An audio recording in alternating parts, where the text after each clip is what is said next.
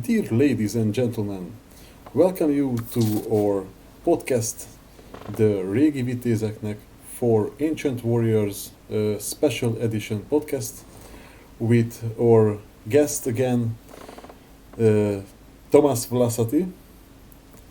And in the studio there are Benedek. Hey. I don't try to say your other name, so Tomáš Vlasatý. Greetor. Thanks for having me again. And myself, my name is János Mesterlér. So our guest again, Tomáš, is a very talented person, creator of many projects. For example, the Projekt Forlőg, organizer of Manfall event, co-organizer of the Early Medieval Forum conference in Bratislava, and mostly well known about his articles, what are suitable for reenactors who would like to know more and build proper equipment from the Viking Age.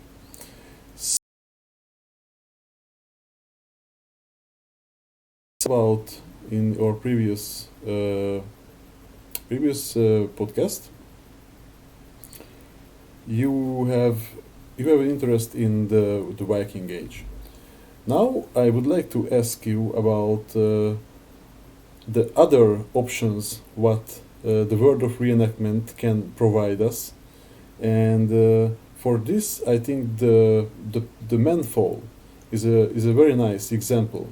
Could you tell us a few words about this project Manfall and how the idea struck into you, and what is the history of the Manfall, and what are your general thoughts about it? Okay, thank you.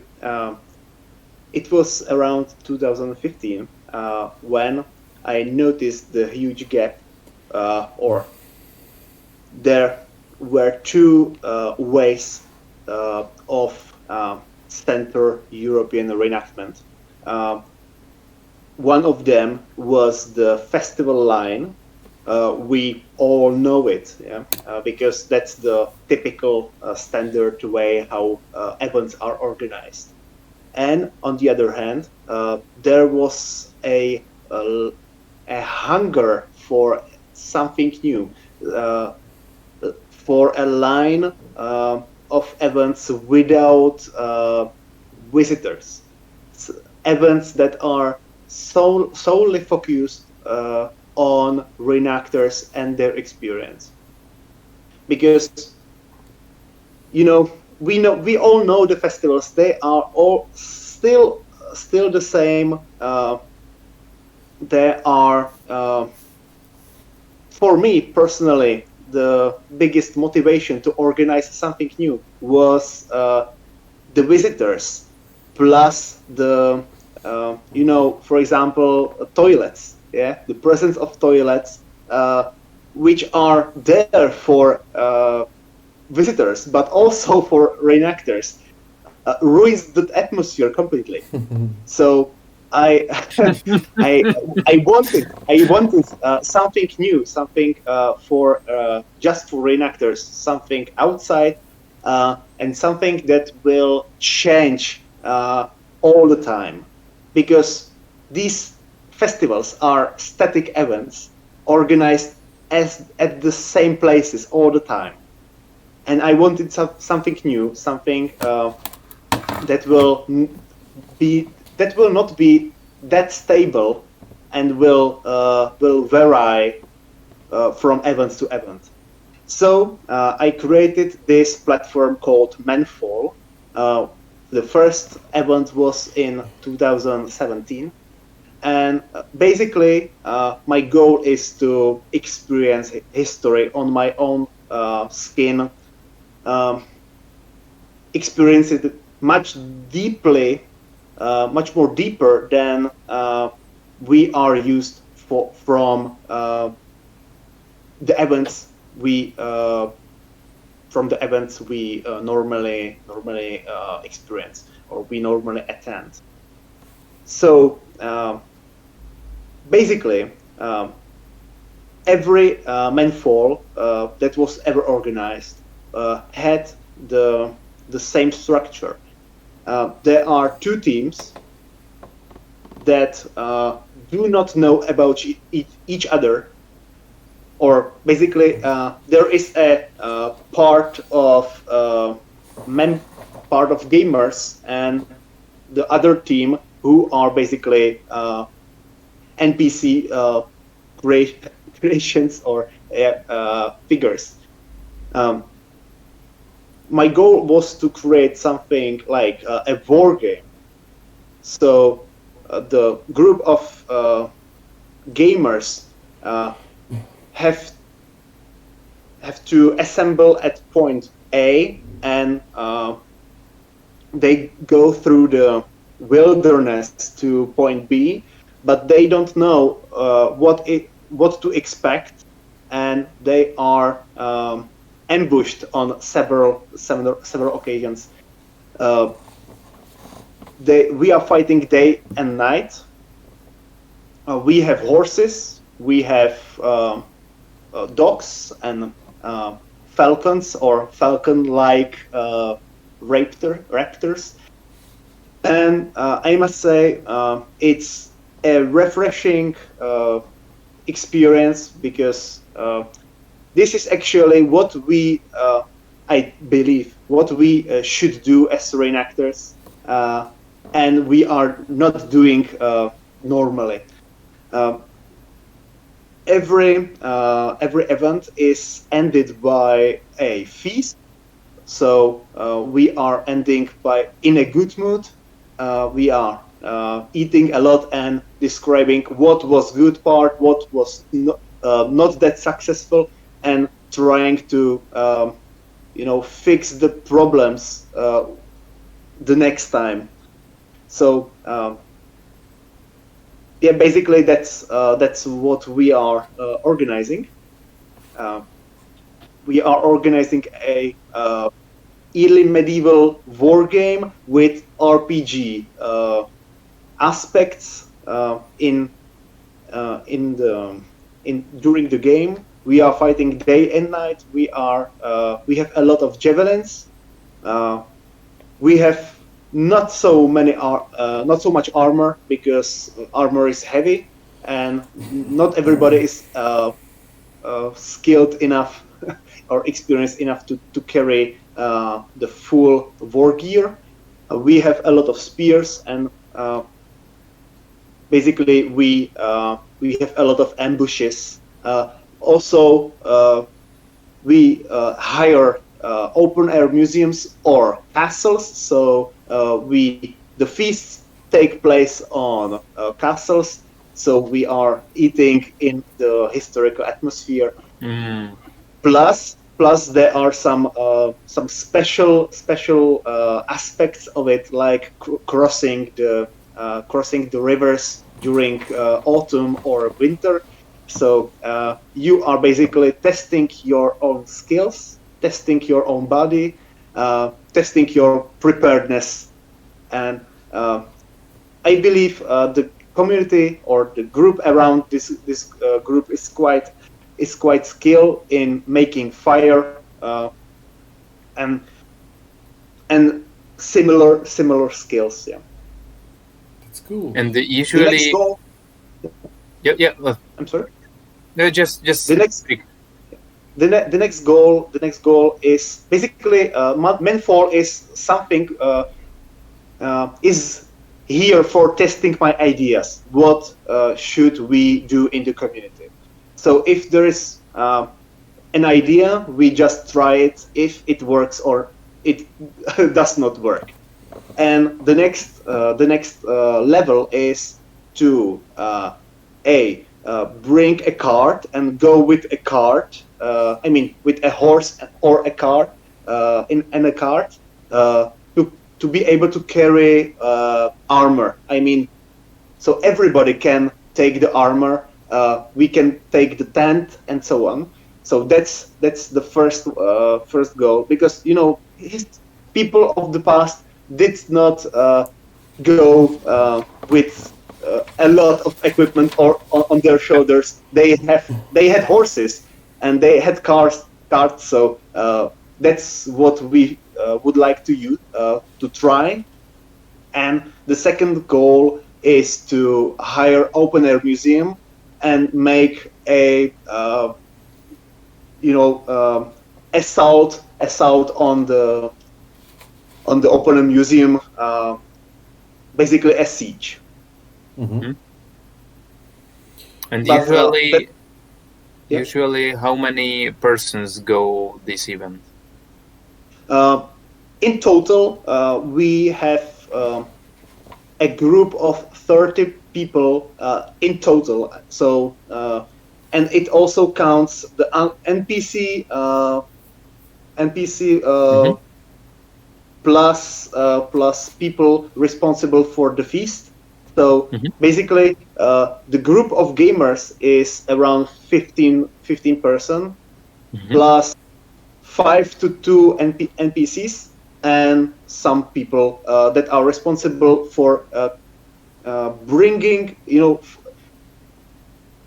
this kind of event needs people that are there with the cars. I mean, somewhere around the game with a car, and if there's a problem, you can call them. Like, there's an injury, okay, we can call them, and they can immediately come for us and bring the person to the hospital or so. So and I need to count these people as well, because they are very needed, and they are also responsible for water, for example. So I need to count these as well. So in total, 30 people. Normally we have people from the Czech Republic, Slovakia, and Austria. And these are 2-day, 3-day events. These are basically every Manfall was 2 days long hike, plus 1 day for starting or ending the event. Normally we choose the period or the time, the weekends that continue into a free holiday in the Czech calendar. So there are three holidays or 3 spare days, and you can use them all. Some people take 3 days in their jobs, so it's not a problem. It's not such a problem, such a big deal. All right. I think it's very interesting when you do these kind of activities. We are also making some hikings in Hungary too, and I watch it. I follow it. And it was very funny that one of the most hardest thing was to bring water and gain water from somewhere. It was János. How you think about this? The water problem. Yeah, the water problem. Usually every time we organize the hike to a point where there is some kind of water source. Yes, but you know that in Hungary these spots are maybe there or maybe not. So yes.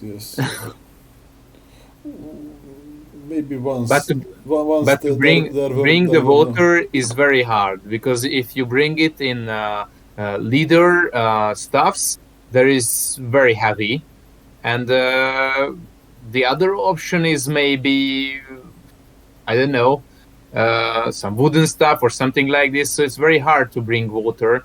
In the 21st century, it is a very common thing that you bring your plastic water holder, and it's not a problem.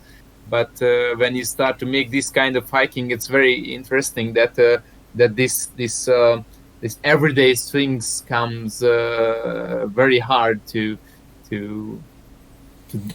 drink water or to eat or something like this, or to make a fire if the environment is very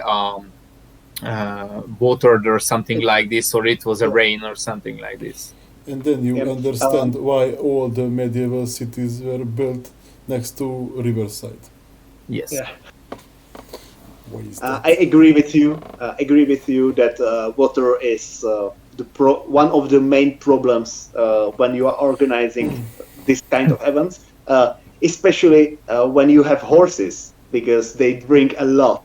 I mean, they drink much more water than the group combined. Yeah. So, but on the other hand, they can drink basically everything that runs. Yeah. So you just need to go by a stream, and they will drink. So, but this is one of the main problems, but not the only one. Yeah. There are also other problems if you are working with animals. I mean, these huge animals, because they eat a lot as well. You're referring to your team? Sorry about that. Horses eat a lot as well, and that's the second problem we experience. If there is nothing, nothing in around where you want to organize the event, you need to carry the food for the big animals as well, and that's the second problem, because you need cars. You need cars to bring the food there in advance. Yeah, so it's a lot of organization. Another problem is to find a location where you are safe enough, so it gives meaning to build a camp there. Yeah, there are not visitors. I mean, civil person, and it's quite close to the road, so you can, if there is an injury, you can bring the person to the hospital. Yeah, that's the most crazy thing when you organize events like this, to find a place that is not far from the road, but far from the people. It's not spoiling your atmosphere. Yeah. All right. And how you told us that there is not so many armors in the persons who are involved. How you can make this kind of fights? Because it sounds me a little bit dangerous, because there are not so much armors. How you can do it? Of course, the first thing is to nobody is forced into carrying the armor. It's on your own responsibility, on your own need to test your skills. Yeah, some people carry helmets, some do not. If they are not carrying helmets, we are not attacking them to their heads. In this limited group of people, it's possible to to control the people who are attending, and make them sure or make them to teach them that the head is not target if there is no helmet, for example. Of course, we carry a lot of javelins and spears, so we are basically what we are doing is piercing or stabbing people with the spears into torsos. Yeah, because I don't personally know a lot of people who are, blowing with spears like this to the helmets. So it's much easier to avoid helmet if you are walking just with the spear. And how about the shields? Yeah, we have some. Is the person's wearing of use shields or is heavy to bring? It's not that heavy, honestly, because, for example, all my shields are below 3 kilos, so it's not that heavy. But I personally think for 15 people we have like 3 shields. Yeah. So basically, everybody is hiding behind the those with the shields. 5 people behind one shield, which looks crazy. Yeah? But sometimes there are like I try to choose locations where 1 or 2 shields are enough to protect the area, like bridges or similar locations. We have a lot of rubber javelins. We have a lot of rubber axes, and honestly, it's we never discussed this properly. But the last Manfall, there was an attack where I could see that people are hitting each other to the heads with rubber axes, and nobody was offended by this. Yeah. And one more question about it. This whole Manfall, is it good for some kind of historical observation? Maybe can you use it for some, not just the articles, but some thesis or some hypotheses that how the people can live at their period or about the fights and something like this, or is it just the game? Of course, I think personally that this has much more in common with experimental archaeology than our normal historical festivals.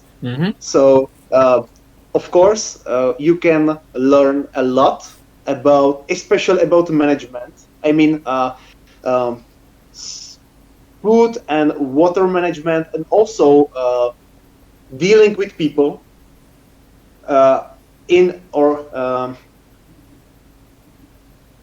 fighting as a group, and for example, tent management. Yeah, that's the best example, I think, because today at festivals everybody carries his or her own tent, right? Just to be alone and undisturbed on the battlefield. Yes. But that is not how it was in the past, right? In the past, when people were camping during the travel, for example, they were sleeping one next to each other in the line or so. Yes. So one observation is there is no need for separate tents. You can sleep over one huge tent next to each other, 10 people, and you are saving space. You are saving the material, the tent, because there is only one tent, not 10 tents. Yes. Plus, you are saving the heat, because you are laying one, two, three, and so on. So there is there's no need to carry so much blankets and furs, for example.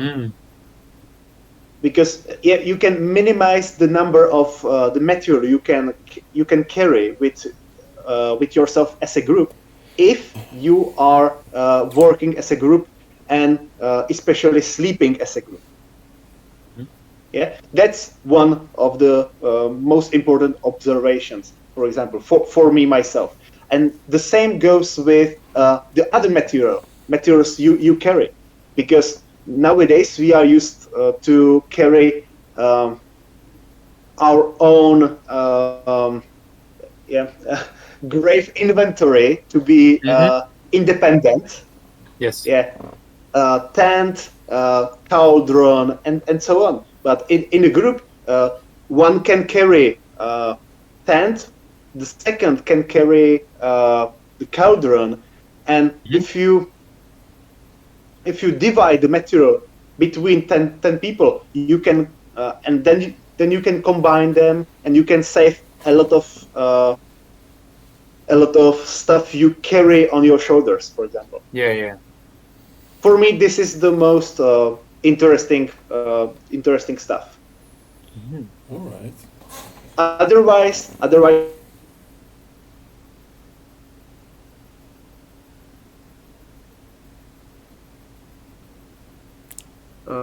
I'm sorry. You're back. Yeah. So otherwise, we are working on food. So that is not that accurate. I think in the past a lot of people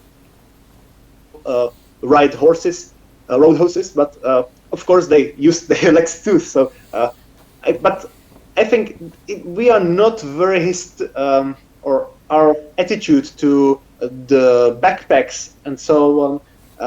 It's not that accurate, because in the past they rather used different kinds of transportation of this material, like carts, but yes. also they avoided for example, water. Yeah, we mentioned water. Yeah, the travel was planned in a way so they crossed the streams. They went side by side a river or so. There was a well, so they could use the water. Yeah. Today with the that's correct. Our observation was the same, that maybe the medieval peoples or the medieval persons started to make a trip. They just walked to town, mainly in the roads, because there were the infrastructure. And if you would like to go through a forest or something like this, you had to know that where are those plants you can eat, where are the food, where are the water sources, and something like this. But it's a little bit like the same in I think in the 21st century, that if you are, for example, a hunter or something like this, who usually walks through the forest, you know that where are these places, and you can use these places and these sources. All right, gentlemen. Can you hear me? Oh.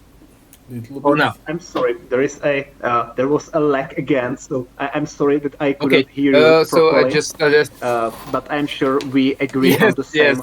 Yes. So our observation was the same like yours. All right, gentlemen. Thomas. Yeah, our observations are the same, I think. Thomas, you can notice that you holding the sword in your hand since the last podcast. Maybe that is because it's a special thing, a special sword for you. So maybe you have a few thoughts what you would like to share with us about that sword. Am I right or not?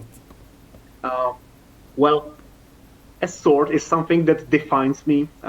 if I'm something, I am a curious observer of medieval swords, and I mean especially 9 to 11th century swords. These are my very very favorite. The sword I am holding at the moment is Peterson Type M sword. It's a sharp sword.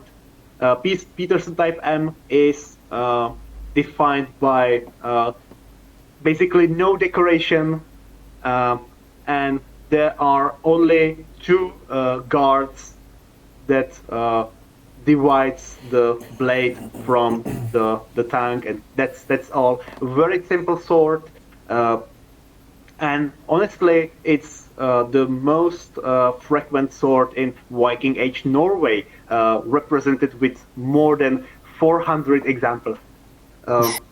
Around the handle, you can see a decorative band. Basically, the band prevents me from drawing the sword. So if I put it off, then I can draw the sword from the scabbard. And yeah, so that's I feel confident in the presence of swords, so that's why I'm holding it, and it's something that defines me, and I'm glad to be associated with them. So that's why I carry it at the moment. All right, nice. Thank you very much. I would like to ask you about your maybe the biggest project that you had, biggest current project that you had. So Yep. you are working on a book. You are working on a book now. That is correct. Maybe this is the first book. That of is yours? my first All book. right. And this book will be, we can say it will be a catalog, some kind of catalog Yeah. of helmets from the 9th to 12th, 11th, 12th century. Could you share us a few thoughts about this current project that you have? Because Of I course. think this work, if you course. will finish it, it I- will be I can. something something what is I really will start broadly. wow. There is some strange things in the force. Can you hear me? Yeah. Can you hear me? Now we can hear you. Yes. All right. I will start broadly. Basically, helmets are very important for us reenactors because we want to protect our heads on the battlefield. Yet, we see a lot of the same helmets in the reenactment, copied. Basically, they are not copies of the originals. They are copies of the of the helmets that our neighbors wear. So, my goal is to make a revision of helmets of 9th to 12th century. That's the first goal. Make a revision. Make a catalog that shows how many helmets there are, when they were excavated, where they are located, what's the typology, how they are decorated, how they are constructed, and what is the literature where they are published. Yes, so it's a list of around 150 helmets from this period from Europe. Basically, this will help our community to make helmets more precisely. On the other hand, we will notice that many helmets are decorated. So it will show us how bad our replicas are in many cases. also this will show us if there are any helmets that do not belong to the period, but still they are considered to be 10th, 11th century. For example, Doba helmet, for example, Lagerevo helmet. These are not 9th to 10th century helmets. Still, they are very frequently used by reenactors. And they are claimed to be of 10th century origin, but it's not the case. So one part of the book will be the revision / catalog of 150 helmets, and not only the text, but also drawn reconstructions. The second part of the book will be studies of the most dominant types of helmets, like black mount, Černá mogila, grave type. That's the one. Conical nasal helmet type, Stromovka type, and so on. Gjermundbu, of course, with numbers, distribution, basically the most basic descriptions, how the helmets are constructed in terms of the face, how they copy the face, how long are the nasals, how wide are the nasals, and so on. Of course, the dating as well, and for example, I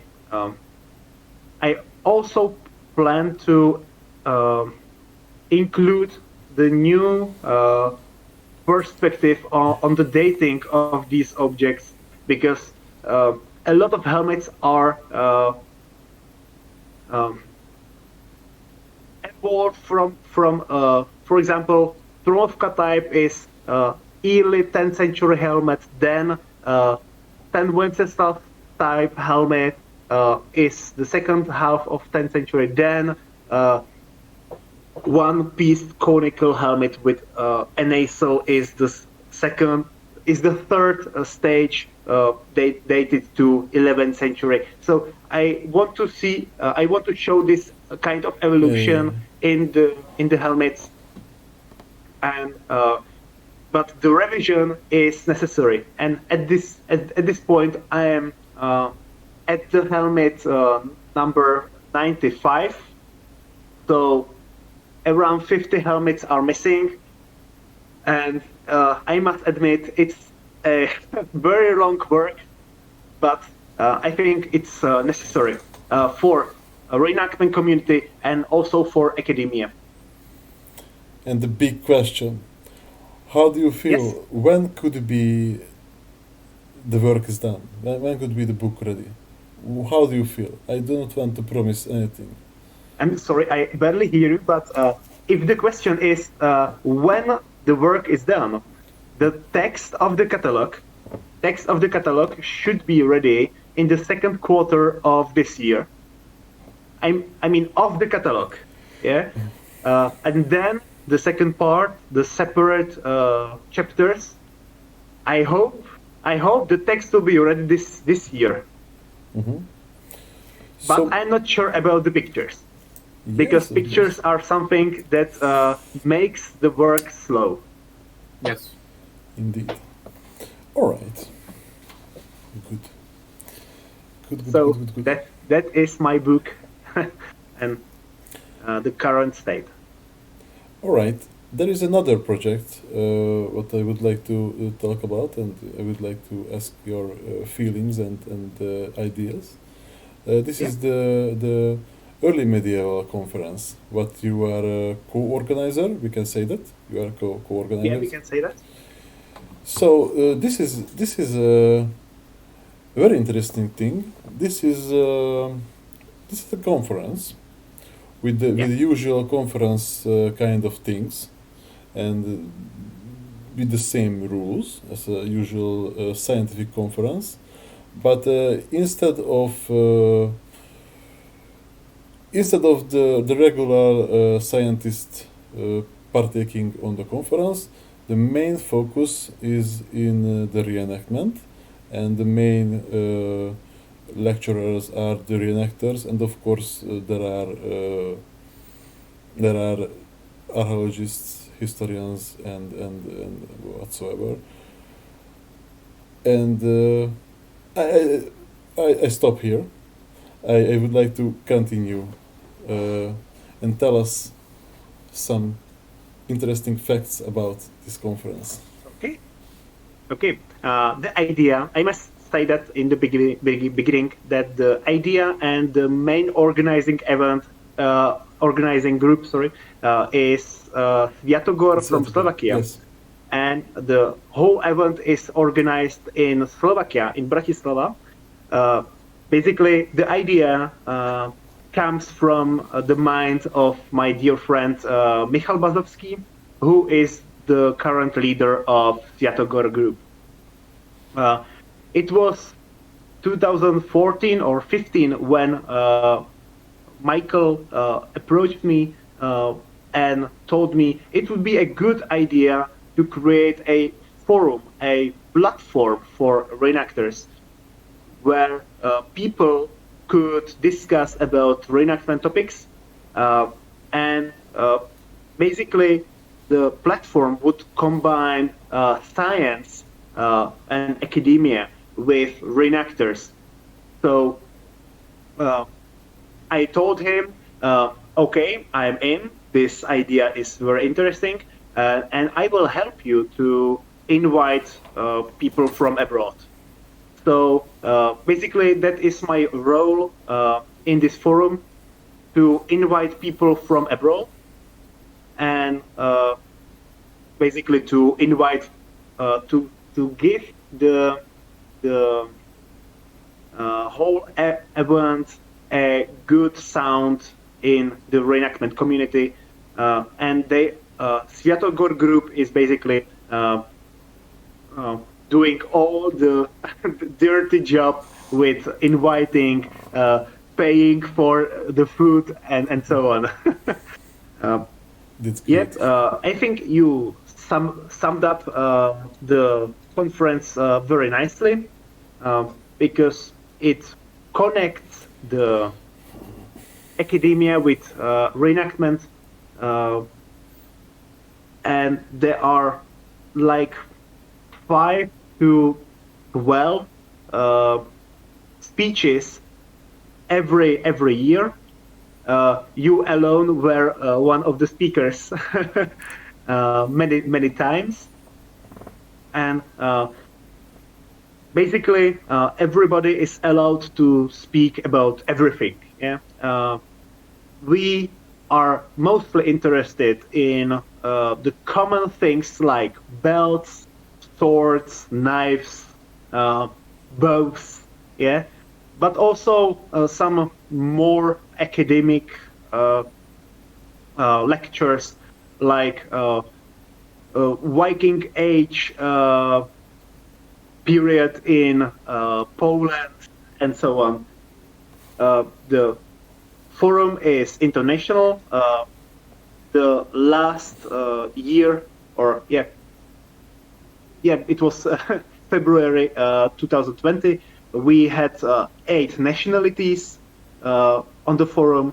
The language is basically the language you speak, so it's truly international. There is, because a lot of reenactors here cannot speak foreign language, for example, English. So we wanted to give the opportunity to these people as well.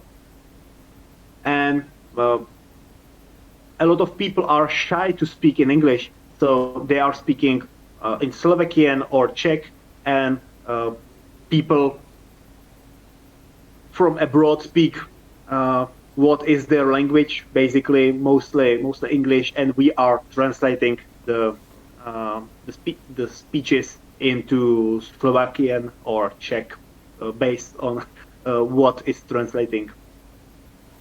So every year we bring a lot of books as well. So it's basically it serves not only to give the speech, but also to give you the opportunity to meet other reenactors from different countries, to be able to open new books from those countries, and also to have basically to have a good experience, because we are ending each conference with a huge feast with a pig, with a roasted pig, and a lot of beer. So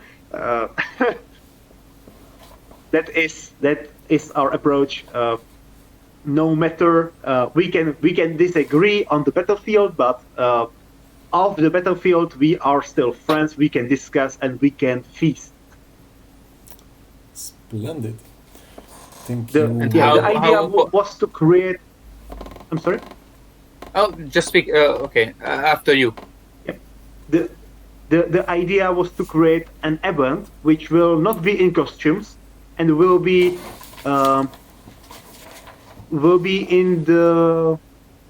in February, for example, or during the winter. So there is no other event, especially a reenactment event, and it's not in the summer. So the events do not collide.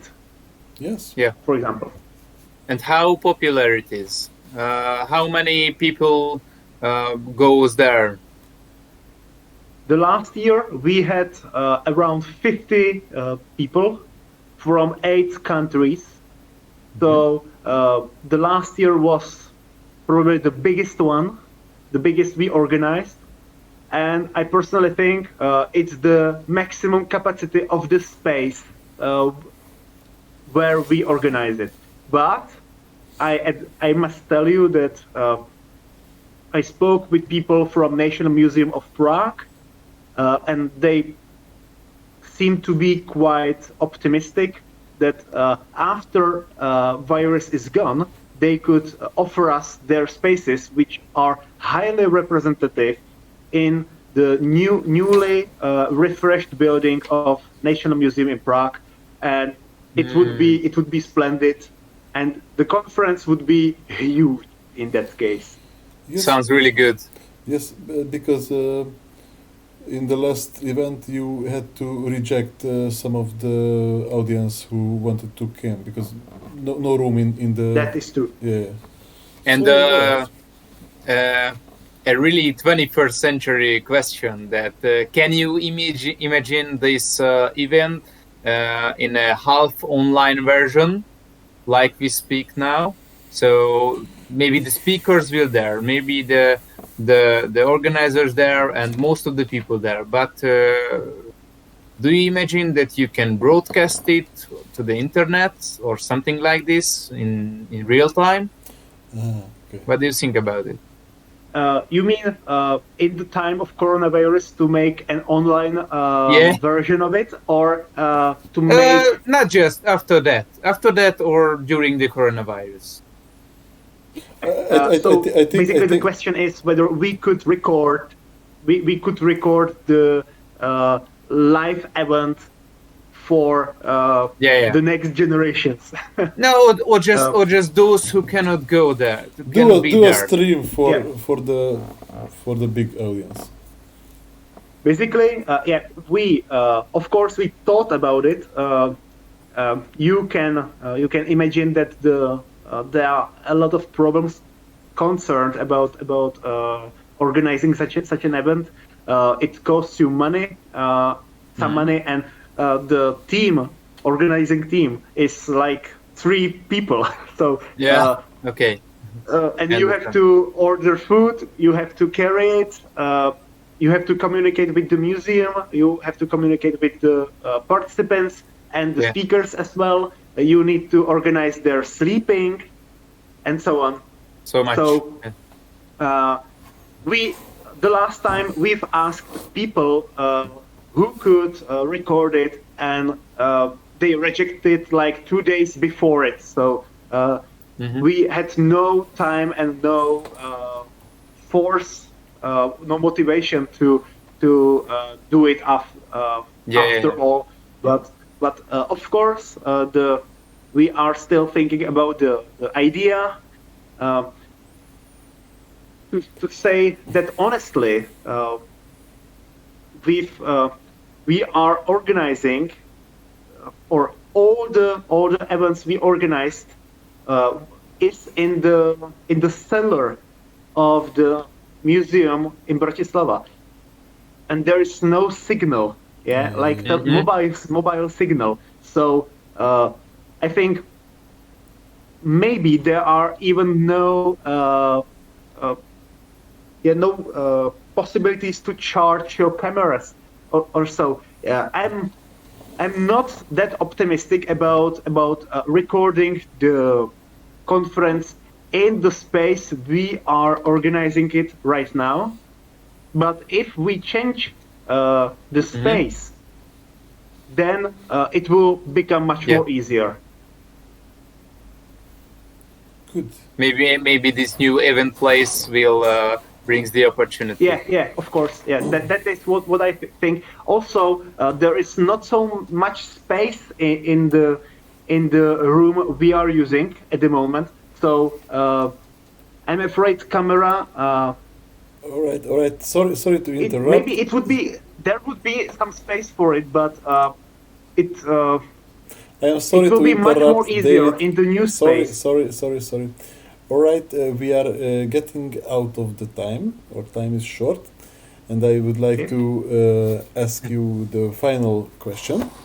Okay. Which is, so if I am feeling and sensing it right, in the past few years, when we talk about, let's say, international Viking Age reenactment, there are a good advance in the gear, in the minds, the way of thinking, but of course we are very, very, very far from ideal things. We can say we are very far from authenticity. Yes, I think I can say that. What do you think? What are the points in our current reenactment communities? What are in a good level, and what are the points what should be changed? So, if you go to an event in the future, what would you like to see differently done there? That is tough. I think there are several topics concerned about this, but I will try to just say something, and maybe I will connect it somehow nicely. At the moment, there is as we said, gap which is increasing and enlarging between reenactors and fighters, between people who are doing not only fighting but some craft and are studying, and people who are doing this just for sport and just to have an physical activity. I personally think that a lot of groups are limited by their own psychology, which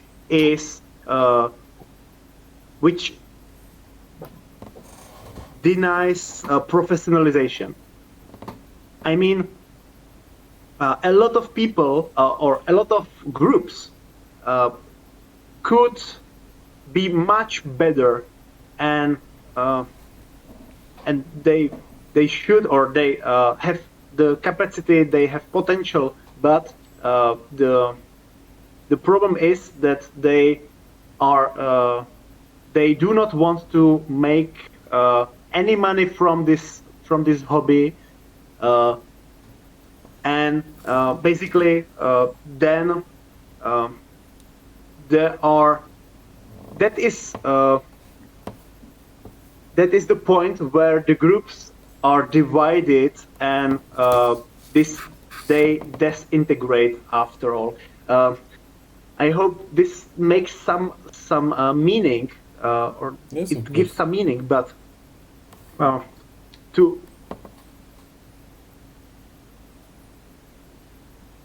that is actually what I think that should be changed, because everything can be changed after all. It's pointless to show or to point to people your stuff is unhistorical, yet this or that has nothing to do with history. I personally think that the most important thing is to organize events that are not for visitors, but are just for reenactors. That is the first step. The second step, which is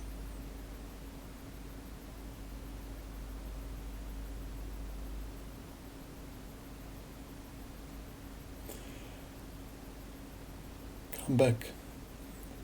Yes. Do you hear me? Yes. Second step. Second step. Yes, second step. Second step. Yeah, and I hear you much better now. The second step, which is not least important in my opinion, is to recreate things directly from the originals. I mean one-to-one, including the sizes, including the ways, and then when you hold the replica, you cannot use it much differently, right? Yes. Yes. So yes. then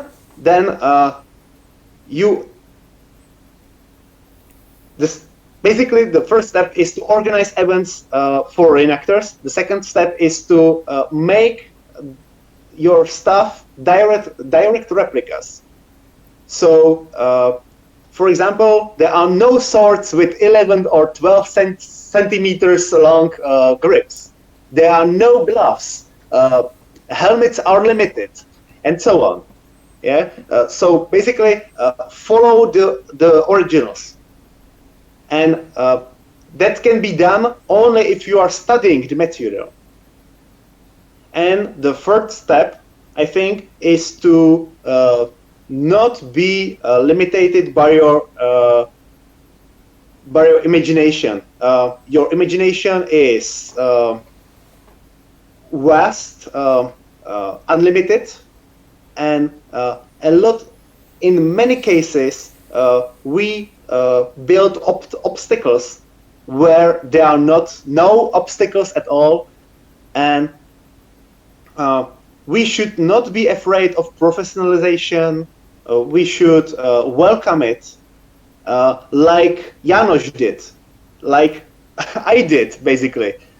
Because we too represent a generation born around 1990s, right? We are both reenactors that attended the first events slightly after 2000, and we both are involved in reenactment for like 10 to 15 years, right? 10 years, yes. Yeah, basically.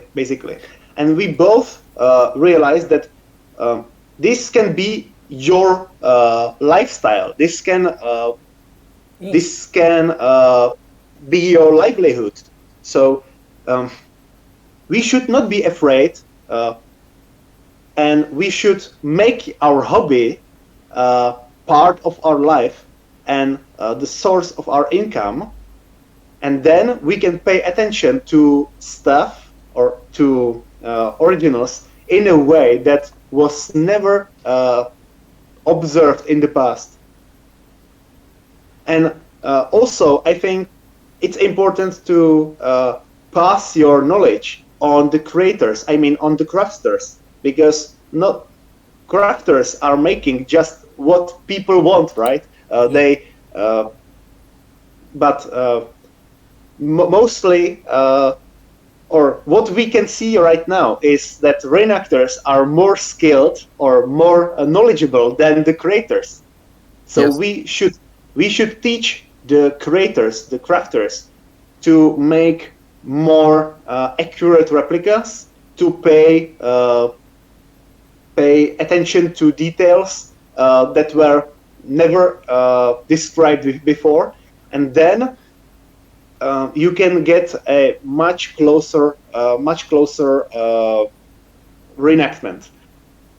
If you ask what is the future of reenactment, that is a much more interesting question, I think, because I personally think that in the future we will see much more professional reenactors like we both are, and maybe at this moment, in this very moment, we are friends and co-workers, right? But in the future, if there are more reenactors like us, there could be kind of competition, and we already see it. Yeah, they are making the same helmet, and people are struggling for the attention of the customer. Yeah, like there are so many creators from France and Germany and Poland creating the same helmets for different prices, and I personally think that this will be the case of the future, that we basically build a segment of the market which will cause that we will cooperate, but also we will fight more often. The events will be more segregated. Yeah, there will be much more events for smaller audiences. So no big festivals for thousands of people, but 50 small events for 20 person. That is the goal I think we are pointing to, which is simply the way how it is. Every person likes different approach and likes a different style of humor. So, and I personally think the way of the future will be more connected to open-air museums, or should be. So we are more independent. I mean, there are a lot of people who are gardening on their property and so on, and for people that are lifetime reenactors, it's much more easier to create their own house, and I mean historical house with their own garden, and they will be attached to the property they live on, and that is actually the way that is. If you build a house, it's a sure way how to become a lifetime reenactor. Mm-hmm. Because you cannot say no, I'm not taking care of the building anymore. All right, I think this is a fine final thought for our current podcast. I would like to thank you very much, Tomáš, the pleasure is mine. Thank you. Accepting our invitation and participating in the Régi Vitézeknek show. So this is the point when we say goodbye. Thank you for your attention, dear ladies and gentlemen who followed us. In the studio there was Benedek Hézser. Hi. Our guest, Tomáš Vlasatý. Thank you. And my name was, and still are, Mestelér János. Goodbye, folks. Goodbye. Bye. Thank you. Keep up the good work and build your own houses.